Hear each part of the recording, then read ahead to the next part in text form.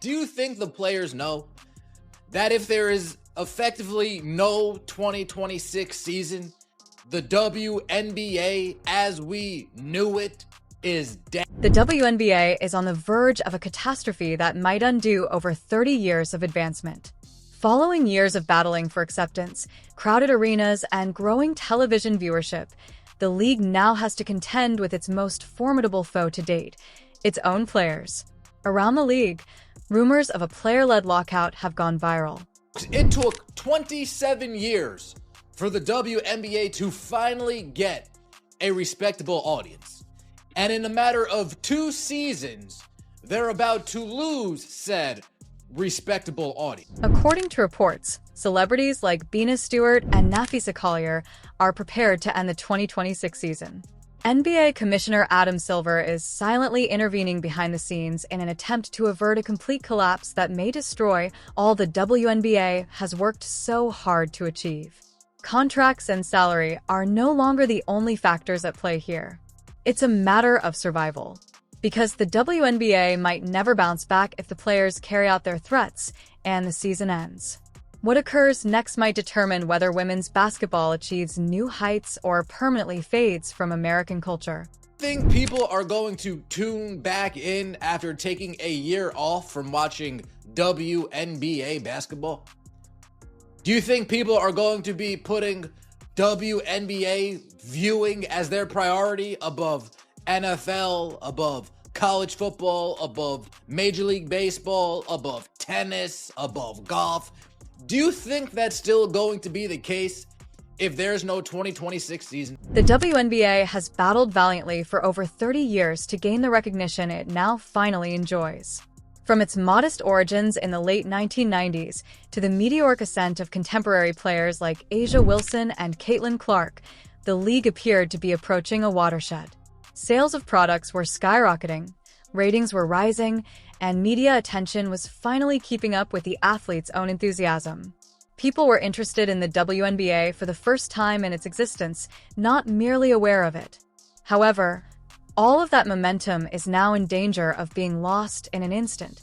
Only people who have something to gain with no 2026 WNBA season is Breanna Stewart, co-founder of Unrivaled, Nafisa Collier, co-founder of Unrivaled, and Alex Basil, Nafisa Collier's husband. Those are the only ones who have something to gain of no 2026 season. At first, the warning indicators were not too obvious. Soft murmurs about players' annoyance with revenue sharing and wage disparities reverberated through locker rooms. Then, as the CBA talks continued, those murmurs became public resentment. The competitors who had battled for recognition were now threatening to quit the sport completely. A possible lockout is not your typical labor conflict. For a league that has been stumbling towards credibility for 27 years, it poses an existential threat. Getting casual sports fans to pay attention took decades. Heartbreaking situations and the rise of charismatic personalities were necessary to win over spectators who had previously disregarded women's basketball. When given the opportunity, the 2024 and 2025 seasons demonstrated that the WNBA could provide thrilling, passionate basketball that was on par with that of any other professional league. However, the ultimate audience that was created is brittle. When one season is removed, the focus is permanently changed. Consider how Isley supporters navigate the competitive sports environment. Fall Sundays are dominated by the NFL. There is a cult following for college football. The summer months are filled with golf and baseball. How many of those new fans will return if 2026 passes without a WNBA season? In all likelihood, very few. Rekindling that flame is virtually hard after routines wane and enthusiasm diminishes. Even the most devoted fans can start to lean towards other sports that have never ceased competing. The terrible reality is that compared to men's leagues, the WNBA lacks a safety net. Because they have cultivated strong cultural ties over many decades, the NBA, NFL, and MLB can withstand a strike or lockout. The WNBA continues to struggle for that honor. Slightly, but it will grow if there's no 2026 season. But again, Unrivaled is 3v3. There's no WNBA taking place head-to-head with Unrivaled. The only way Unrivaled fully benefits from a WNBA lockout, fully capitalizes, that's the word I was looking for, from a WNBA lockout, is if they get an influx of money and they go into a 5v5 format. It would feel more like a funeral to miss a whole season than a pause. Sponsors would retreat. Networks would change their emphasis. In a heartbeat, the players who formerly represented the league may be forgotten. This is the reason why it feels so tense right now. The players assert that they are advocating for equity and openness, but they are taking a huge risk. The league's continued existence is not certain. Under pressure, the brittle foundation that took 27 years to construct is crumbling. And everything may fall apart if this lockout actually happens. However, the issue still stands. Who will benefit from that collapse? Unmatched, and the stars behind it are the direct results of the response. If you guys have been watching the WNBA finals after the year that we just had, how many of you guys are suffering from what I like to call WNBA fatigue? Yeah, I'm good on the finals. Don't care. I have no horse in the race. I'm not entertained by watching non-Indiana Fever basketball. I just can't do it to myself. I'd rather watch the Major League Baseball playoffs. I'd rather watch college football. I'd rather watch the NFL.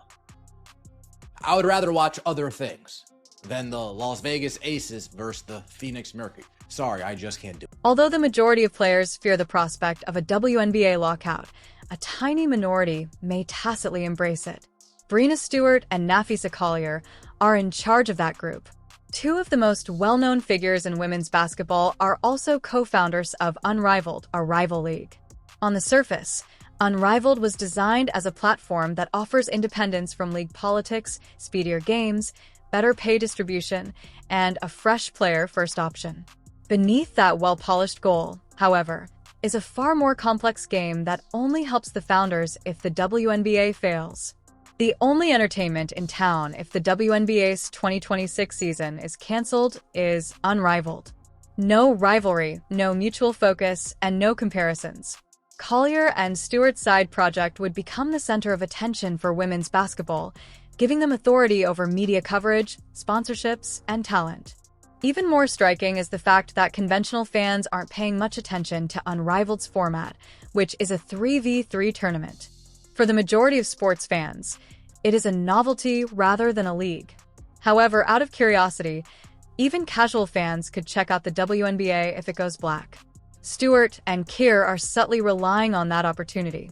There's a catch, though. It cannot continue in its current state if it is to genuinely flourish. It is currently too small to compete. 3v3 basketball lacks the drama, rivalries, and huge stage of 5v5 professional competition, despite its best efforts to seem marketable.